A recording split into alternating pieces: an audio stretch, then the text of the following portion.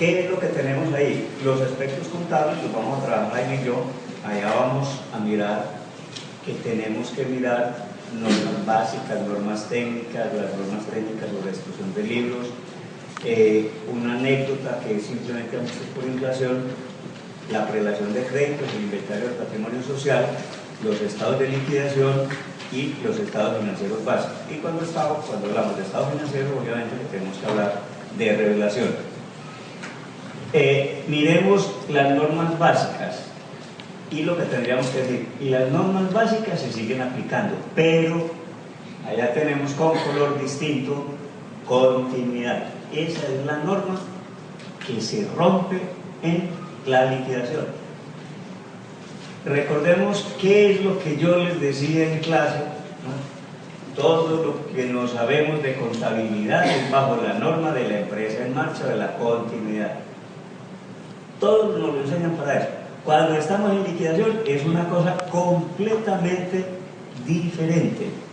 Y como vamos a hablar también de la circular de la Superintendencia de Sociedades, ya la Superintendencia nos dice una cosa muy importante en esa circular. Nos dice, cuando una empresa está en liquidación, reconocemos que preparar y difundir la información en liquidación, esto es una base de contabilidad comprensiva distinta de los principios de contabilidad generalmente aceptados. Es decir, es un paseo completamente diferente, ¿no es cierto? Entonces, recordemos que hay una cosa bien interesante allá. Como todo se hace suponiendo que vamos a continuar funcionando normalmente en el futuro, cuando eso no se vaya a hacer, debemos de informarlo. Es decir, más bien digámoslo a continuación, lo que debe de decir el informe de la revisoría fiscal o del auditor externo que esté haciendo su opinión, esté mirando su opinión. Se deben de mirar si la empresa continuará o no funcionando normalmente en el futuro y que no ocurran cosas como estas que ustedes de pronto se acuerdan y que de pronto no me digan pues que no hayan nacido. ¿Recuerdan el proceso de fusión de Avianca y ACES? ¿No es cierto? La superintendencia me parece que obrando bien se opuso a eso porque se iba a crear un monopolio. Pero en marzo, asamblea de ACES normal, común y corriente, y en septiembre en liquidación. ¿Dónde estuvo el informe de la revisoría fiscal en ese caso sobre algo que ya debía estar? Por eso el artículo 7º, que es continuidad, nos dice una serie de elementos que hay que evaluar y que no vamos a hablar. Entonces, todas las normas se aplican, la que se rompe es esa. Pero hay una que también me gusta a mí mucho, no se devuelva, es en liquidación tenemos que ser más prudentes que en una empresa en marcha. ¿Por qué? Porque si yo no hago las provisiones, más bien, si no estimo los pasivos y hago la liquidación y el pasivo se vuelve cierto, ¿quién va a pagar? ¿No es cierto? Es decir, si va a pagar el pobre liquidador, le toca pagar, ¿no es cierto? Y le toca pagar. Entonces quiere decir que el señor liquidador que se va a encargar, va a ser responsable de la contabilidad, va a tener que ser mucho más precavido cuando está en liquidación. Muy bien. ¿Cuáles son las normas técnicas? En las normas técnicas únicamente hay un articulito en el artículo 112. Eso es lo único que había de contabilidad. Y allá dice unas cositas que pueden ser muy interesantes, ¿no es cierto? La primera dice, los activos y pasivos se deben de valorar a valores netos de realizaciones. Nos dice también cosas que son ciertas en contabilidad o que aplicamos en contabilidad. No es apropiado entonces distribuir el costo de los activos a través de su depreciación, agotamiento o amortización. Entonces, ¿qué quiere decir eso? Como dice ahí, dice, no se deprecia, no se amortiza y no se agota nada. Y yo, no señor, las cosas hay que tomarlas con calma. ¿Por qué? Entonces recordemos que una empresa de liquidación, uno de los aspectos de los aspectos jurídicos nos dice que una empresa de liquidación puede continuar haciendo las operaciones que tenía empezadas. pero no puede iniciar nueva. ¿Qué significa eso? Que si tiene materia prima, puede seguir transformando la materia prima. ¿De acuerdo? Entonces, si la materia prima se sigue transformando, ¿se estará causando depreciación? Yo digo que sí. Si lo único que se cierra en la empresa es la oficina del contador, el pobre escritorio, el computador y todo eso se seguirá depreciando. Yo digo que sí, se sigue depreciando hasta el final. Pero también digo otra cosa, no es como chavos. Depende del periodo. Si usted tiene la seguridad que durante el periodo se va a terminar la liquidación, depreciar o no depreciar da la misma pendejada, ¿no es cierto? El resultado es exactamente igual. Cuando, si quieren, hagan ustedes el ejercicio por allá, hagan, calculen la depreciación, vendan y ganan, y al final sacan los cálculos y les va a dar exactamente lo mismo. Entonces, eso hay que tenerlo en cuenta. Nos dice también que tampoco es apropiado diferir ingresos, costos, gastos e impuestos. Nos dice el 2649. Ya la superintendencia nos corrigió eso, para que nos hizo caso de algo. Depende. Cuando hablamos de diferidos, tenemos que entender que son activos diferidos, y los activos diferidos son cargos diferidos y gastos anticipados. Los cargos diferidos se van todos para resultados inmediatamente. Recordemos dos cositas también. Cuando hablamos de este proceso de disolución y liquidación, la disolución es un momento en la vida del ente en el cual decimos en la asamblea, en la junta, esto se liquida. ¿Por qué? Porque nos dio la gana, se acabó el problema. En cambio, la liquidación es un proceso, y ese proceso es de realización del activo y del pago del pasivo en la forma estipulada en la ley. Entonces, ¿qué vamos a recuperar nosotros de gastos, de cargos diferidos? Absolutamente nada. Pero si usted al hacer la evaluación encuentra que puede recuperar algo, ahí lo debe tener.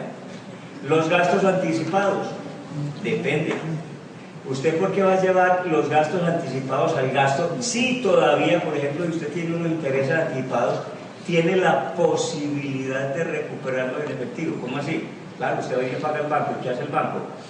Le devuelve los intereses anticipados. Yo tengo que analizar los gastos anticipados antes de cometer una burradita y es llevarlo allá al resultado. Hay una cosa muy importante que a la superintendencia se le olvidaba en todas las circulares que hacía cuando se habla de liquidaciones obligatorias, y es: se deben de contabilizar o registrar como ya por separado los activos que deban ser devueltos en especie a los asociados o a los socios. ¿Por qué? Porque es que el Código de Comercio dice eso, ¿verdad? Cuando usted hace un aporte en especie, usted dentro de la escritura del aporte puede dejar pactado que en caso de liquidación a usted le devuelvan su bien. Obviamente si alcanza, ¿no es cierto? Y obviamente que si alcanza, porque el bien se puede necesitar para venderlo y pagarle a los acreedores, pero también si alcanza para darle a usted, si ya vale 1 millón de pesos, a usted le va a dar 1 millón de pesos. Si a usted le toca 1 millón de pesos y el bien vale 1 millón de pesos, el liquidador se lo tiene que devolver. Y si no se lo devuelve, responda. Por eso es tan importante eso, ¿sí? Otra cosa, los pasivos se clasifican con base en la prelación de crédito, no en corto y largo plazo. Ya no es en realización, sino en el corto y largo plazo. Se deben de reconocer todas las contingencias probables, lo que decía ahora, más prudente. Ya habíamos dicho que no es apropiado el uso de estimaciones estadísticas y debe de crearse un fondo para atender la conservación, reproducción, guarda y destrucción de los libros papales del comercial. ¿Por qué? ¿Quién es el que se encarta con la liquidación? El liquidador. Entonces el liquidador, ahora Andrés decía algo, ¿no es cierto? Tenemos que guardar todos esos documentos, ella nos va a decir también el 2349, durante 5 años. ¿Por qué? Porque todavía no hay prescripción de muchos hechos. Por lo tanto, en el liquidador llega una demanda laboral y tiene que ir a sacar las fotocopias y él las tiene que pagar. Pero el otro ejemplo que pongo, Colter fabrica telas y vende telas. ¿No te lo sé? No hay nada. ¿Qué fabrica un banco? ¿Qué produce un banco? Entonces yo digo, plata, ¿no es cierto? Produce plata toda la que quiera, pero no produce sino papeles. ¿Qué hacemos con todos esos papeles? Con todos esos archivos que hay, que no se pueden destruir. El señor liquidador se tiene que encartar con eso durante 5 años y tiene que ir a alquilar entonces un sitio donde guardarlos, después donde sacar fotocopias y después paga a quien se los vaya a votar cuando ya esté la prescripción total. ¿De acuerdo? Entonces, eso es lo único que dice el 2649 sobre eso. Luego, el 134 también habla sobre lo que acabo de decir: hay que guardar los libros y papeles durante 5 años contados a partir de la aprobación de la cuenta final de liquidación. 5 años, listo. Es lo único que dice. ¿Qué es la otra situación? Prelación de crédito. La prelación de crédito fue establecida en el Código Civil y allá tenemos, es esto. ¿Cuándo aplicamos prelación de crédito? Cuando no hay con qué pagar. Si hay plata para pagarle a todo el mundo, la prelación de crédito no importa. Porque cuando no hay plata, entonces ¿a quién le pago? ¿Le pago primero a Andrés, que es mi amigo? ¿O a quién? Entonces dice la ley, no señor. En ese caso hay una prelación que se debe de respetar, porque si no se respeta, el señor liquidador entonces será responsable también de eso. Y como no es en este caso un tema muy importante en este momento, entonces avanzamos en prelación de créditos y nos vamos a otro aspecto que es muy importante en esto, y es el inventario del patrimonio social. El artículo 234 del Código de Comercio dice que se debe de hacer un inventario. Dice que es una relación detallada y pormenorizada de todos los distintos activos sociales y de las obligaciones, de todos los activos y pasivos. Entonces aquí, ¿para qué es el inventario del patrimonio social? Como nos estamos liquidando, la primera pregunta que uno se haría es: si tengo con qué liquidar y pagarle a todo el mundo, ¿qué me va a quedar? Por eso la ley ordena hacer el inventario del patrimonio social. Es una relación detallada y pormenorizada de todos los activos y pasivos de la sociedad. ¿Qué fue lo que hizo la Superintendencia de Sociedades durante mucho tiempo? Emitió circulares externas para empresas en liquidación obligatoria. Pero al final, como nos pudimos haber dado cuenta a través de este corto recorrido, en la contabilidad de las empresas de liquidación no hay absolutamente nada en Colombia. Por eso la Superintendencia de Sociedades entonces emite la circular 11506 en diciembre 23 del 2010, donde aterriza un poquito la contabilidad, aunque a mi parecer le quedaron faltando algunos detallitos muy interesantes, sobre todo en estados financieros, que como este tema Jaime Andrés se los voy a dejar ahí. Recordemos lo siguiente: la Superintendencia de Sociedades en la Ley 222 de 1995 tiene 3 capacidades, ¿no es cierto? 3 capacidades, y son la de inspección, vigilancia y control. Todas las empresas comerciales están bajo la inspección de la Superintendencia de Sociedades, todas, grandes, chiquitas, de las que las 10 comerciales está allá. Por lo tanto, las circulares de la Superintendencia de Sociedades obligan a todas las sociedades. Porque la Superintendencia de Sociedades, yo no tengo nada que ver con ella, entonces yo no tengo que cumplir. No, tenemos que cumplir. Segundo, ¿a quiénes aplica esa circular? A todas las empresas que estén en liquidación, simplemente así de simple en este caso. ¿Qué es otras cosas que son simples? Tenemos que continuar con la contabilidad y cositas de este en los mismos libros. ¿Por qué? Porque, por ejemplo, en España se cierran los libros y hay que registrar unos nuevos libros.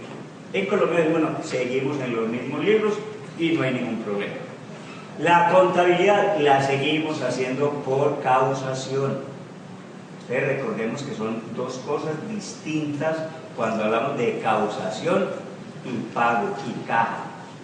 Tenemos que reconocer los hechos económicos sin importar si el efectivo se está moviendo o no se está moviendo. Es decir, cuando hablamos de recaudación, estamos reconociendo cuentas por cobrar en ingresos y cuentas por pagar en costos y gastos. Sigue operando exactamente lo mismo. Y aparece lo que ya habíamos dicho, la aplicación del valor neto de realización. ¿Y qué es valor neto de realización? Resulta que en el artículo 10 del decreto 2649, que es medición evaluación o medición, recordemos que hay 4 criterios válidos de medición en Colombia: costo histórico, que también estaba el costo ajustado cuando iba por inflación, ¿no es cierto? Tendríamos el valor de mercado, valor de realización, el valor presente y el valor descontado. Y allá, cuando habla del valor de realización, aparece lo que es valor neto de realización. Y yo siempre le preguntaba a mis estudiantes, ¿qué es valor neto de realización? Y nadie me acordaba. Nadie. Y resulta que cuando veíamos inventarios, los inventarios se deben de presentar a valor neto de realización. Ya se nos había olvidado. ¿Y qué es valor neto de realización? El precio de mercado menos los gastos y costos si hay. Ejemplo, voy a hacer la liquidación de la sociedad. ¿Y cuál es la decisión mía como liquidador? Yo no me voy a poner a vender cosas. Contrato a alguien que me vende y le doy una comisión del 10%. Entonces, ¿cuál es el valor de realización? El precio de venta. ¿Cuánto vale el micrófono? Vale 100.000 pesos, menos 10 que me va a cobrar de comisión. ¿Cuál es el valor del micrófono en mi contabilidad de aquí en adelante? 90. Ese es el valor neto de realización, tanto para activos como para pasivos. Entonces ya me están sacando tarjeta. Entonces nos dicen, ¿cómo vamos a aplicar el valor neto de realización? Lo tenemos que hacer. Entonces, si es valor de mercado, yo tengo que tener valores de mercado, ¿no es cierto? Valores apropiados. Si tengo un vehículo, me voy a una agencia y que me diga cuánto vale, no. Si tengo un bien raíz, me voy y me busco un evaluador de la lonja. Pero puede ocurrir que yo tenga activos que no tengan valores de mercado. Ejemplo, en Colombia no hay sino una máquina que yo importé del Japón hace 5 años y no hay sino esa. ¿Cuál es el valor de mercado? No hay, ¿no es cierto? Pero la única persona que podrá tener o podrá poner un valor de mercado será el ingeniero que la cuida, el que la trajo, el que la mantuvo, el que la mima, etcétera, etcétera. Entonces, tenemos que tener criterios válidos para eso. Ese valor neto de realización hay que estarlo ajustando permanentemente, ¿sí? Porque la otra pregunta, ¿cuánto tiempo tenemos para hacer una liquidación en Colombia? Respuesta, toda la vida. ¿No es cierto? No hay tiempo para liquidar. Entonces, si yo me voy a demorar, tengo que estar revisando esos valores netos de realización. ¿Por qué? Porque el valor neto de realización, cuando hago el inventario, ahora sí me devuelvo, ¿no es cierto? El inventario, entonces yo tengo allá mi inventario, ¿sí? Activos menos pasivos, a valor neto de realización, activo menos pasivo, me da el patrimonio. Si me da positivo, me queda plata, no. Si me da negativo, no me alcanzó. Por eso es tan importante y por eso también que conozcamos la responsabilidad de los socios. Responsabilidad. Ya voy a acabar, Carlitos. Listo. Entonces, ¿qué es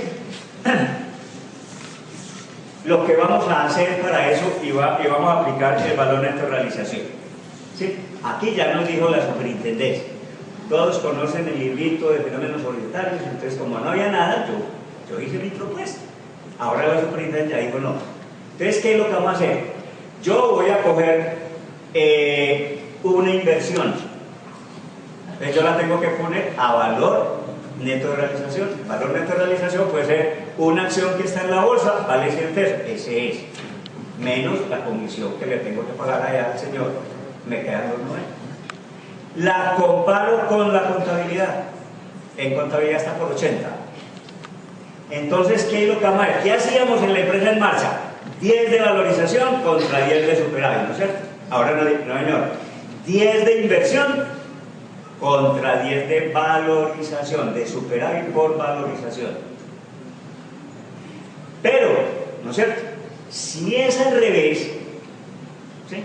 Si me da que el costo, el valor neto de realización es 90 y yo tengo 100, exactamente lo mismo. Menor valor de la inversión y el gasto de una vez. Es decir, se sigue aplicando la prudencia. Tenemos gastos, pero no tenemos ingresos. El ingreso lo realizamos en el momento de la realización del activo, ¿no es cierto? Y recordemos que realización del activo en esto es vender, cobrar, entregar, todo eso es la realización del activo. ¿Qué es lo que tenemos que hacer? Y aquí me devuelvo, ¿no es cierto? El inventario del patrimonio social. Para mí es el más importante de esto, porque me va a decir qué tengo y qué debo. En ese caso, lo que yo voy a hacer es una auditoría de existencias. Así. Yo tengo que saber si todo lo que hay en los estados financieros es cierto o no es cierto. Y en este caso tenemos que decir, no se vale ni acepto preguntas ahora para las empresas que no tengan contabilidad llevada en debida forma. Porque si usted me dice que hay pasivos que no están y que hay activos que no están, eso ya no funciona, ¿no es cierto? Esto funciona para empresas debidamente organizadas. Entonces, ¿qué es lo que voy a hacer? Voy a coger y voy a hacer una auditoría en cada una de las cuentas.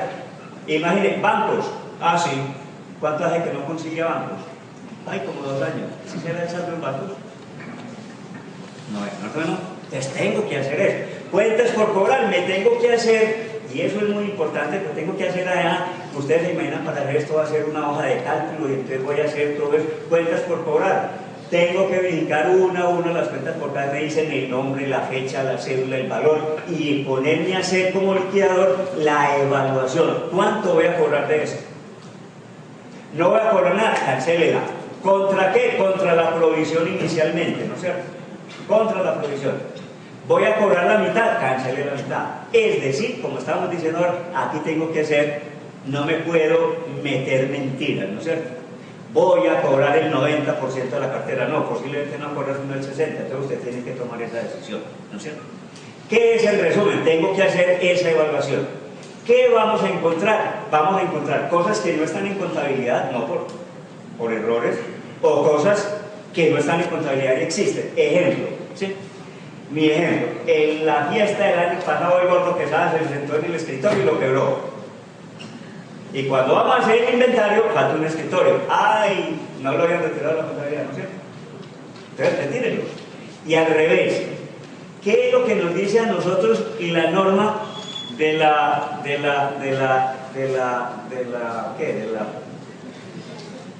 prudencia, no, de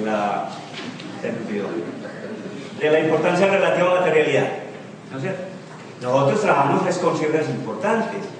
Entonces, ¿qué es lo que me dice? Usted compró una silla y la silla le valió 100.000 pesos, y por contabilidad, ¿qué hacemos nosotros? La llevamos al gasto de una vez, ¿no es cierto? La depreciamos en el mismo periodo, ya está en el gasto, ya no existe la silla en la contabilidad. Pero cuando hacemos el inventario, viste la silla, y la silla tiene valor, claro, me da ahí 30.000 pesos por ahí, apúntela, métala allá. ¿Contra qué? Contra ingresos, ¿no es cierto? Todos lo sacamos contra el resultado. Entonces, en este caso, los mayores valores, inclusive de los inventarios, si los inventarios me valen más de la contabilidad, valorización de inventarios, que no existen en ninguna parte, ¿no es cierto? Únicamente en la liquidación.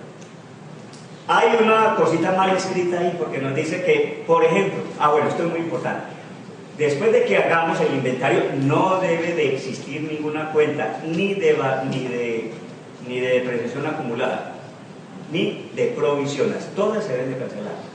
Entonces dice ahí, usted cancele las valorizaciones, y después le dice, si la valorización le da positiva, llévela a la valorización. Entonces no es cancele, ajuste la valorización si es del caso, y si le da pérdida, pues la lleva al gasto, ¿no es cierto?